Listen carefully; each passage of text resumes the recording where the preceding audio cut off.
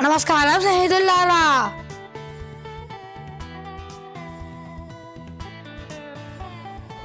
ఆంధ్రప్రదేశ్ రాష్ట్రంలోని అనంతపురం జిల్లాలో ఎన్నో చారిత్రక కట్టడాలు, ఆధ్యాత్మిక క్షేత్రాలు ఉన్నాయి. వాటిలో అత్యంత ప్రాముఖ్యత కలిగినది విజయనగర రాజుల శిల్పకళా వైభవానికి ప్రతీకగా నిలిచిన గోరంట్ల మాధవరాయ స్వామి దేవాలయము.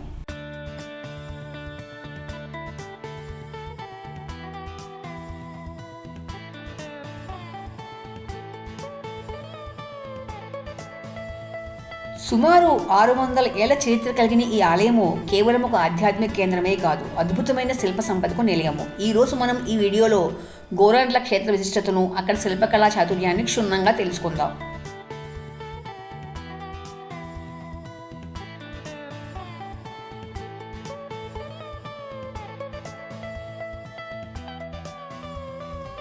విజయనగర సామ్రాజ్య వైభవము శిఖరాగ్రాన్ని ఉన్నప్పుడు ఈ ఆలయం నిర్మించబడింది. స్థానిక కథనాల ప్రకారము ఈ ఆలయాన్ని సాధవ నరసింహరాయ కాలంలో నిర్మించినట్లు చరిత్ర చెబుతోంది. మాధవరాయస్వామి అంటే శ్రీ మహావిష్ణువు ఇక్కడ ప్రధాన దైవము. విజయనగర సామ్రాజ్య పతనానంతరం కూడా ఈ ఆలయం తన ప్రభావాన్ని కోల్పోలేదు. ఆలయ గోడల మీద ఉన్న శాసనాలు ఆ కాలం నాటి సామాజిక ఆర్థిక స్థితిగతులను మనకు తెలియజేస్తాయి. ఈ ఆలయ నిర్మాణ శైలి హంపీలోని విఠలాలయాన్ని పోలి ఉంటుంది అంటే అతిశయోక్తి కాదు.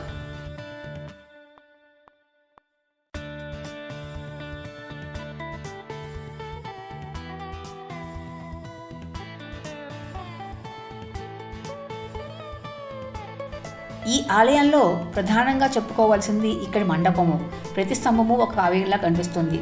స్తంభాలపై చెక్కిన దశావతారాలు, రామాయణ భారత గాథలు సందర్శకులను మంత్రముగ్ధులు చేస్తాయి.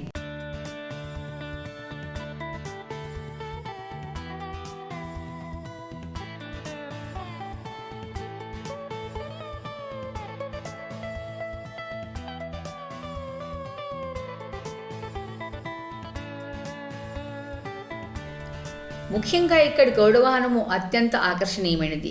రాతితో చెక్కబడిన ఈ గౌడవాహనం పైన ఉన్న శిల్పకళా చాతుర్యము విజయనగర శిల్పుల నైపుణ్యానికి నిదర్శనము. అలాగే గర్భాలయం ముందున్న ద్వారపాలకులు, పైకప్పుపై ఉన్న వివిధ రకాల డిజైన్లు ఆ కాలం నాటి ఉన్నతమైన సాంకేతికతను ప్రతిబింబిస్తాయి. ఇక్కడ రాతి శిల్పాలు గాలికి కూడా చెలించేంత సున్నితంగా మలిచారు అని అంటారు పెద్దలు.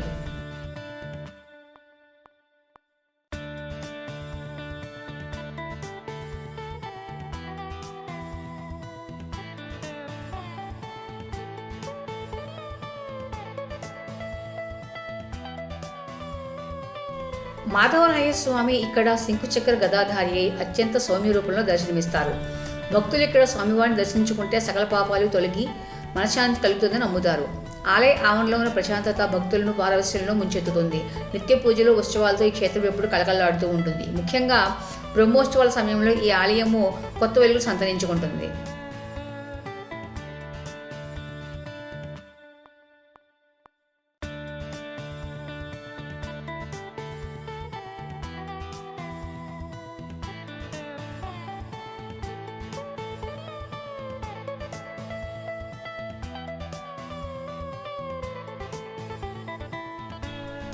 గోరంట్ల మాధవరాయస్వామి ఆలయము కేవలం ఒక దేవాలయం మాత్రమే కాదు, అది మన పూర్వీకులు మనకు అందించిన గొప్ప సంస్కృతి చిహ్నము.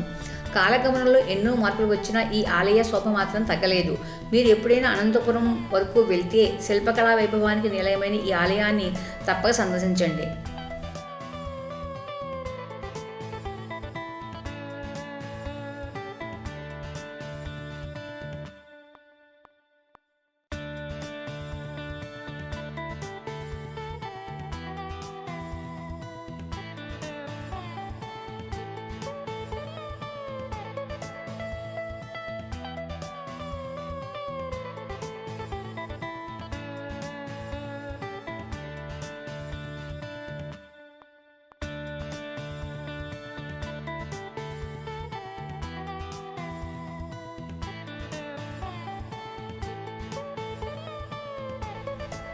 ఈ దేవాలయము బెంగళూరు నుంచి 108 కిలోమీటర్ల దూరంలో ఉంది. బెంగళూరు నుంచి ఈ దేవాలయం చేరుకోవడానికి బస్సులు దొరుకుతాయి. బెంగళూరు నుంచి కదిలి వెళ్ళే బస్సులన్నీ కూడా గోరంట్లలో ఆగుతాయి.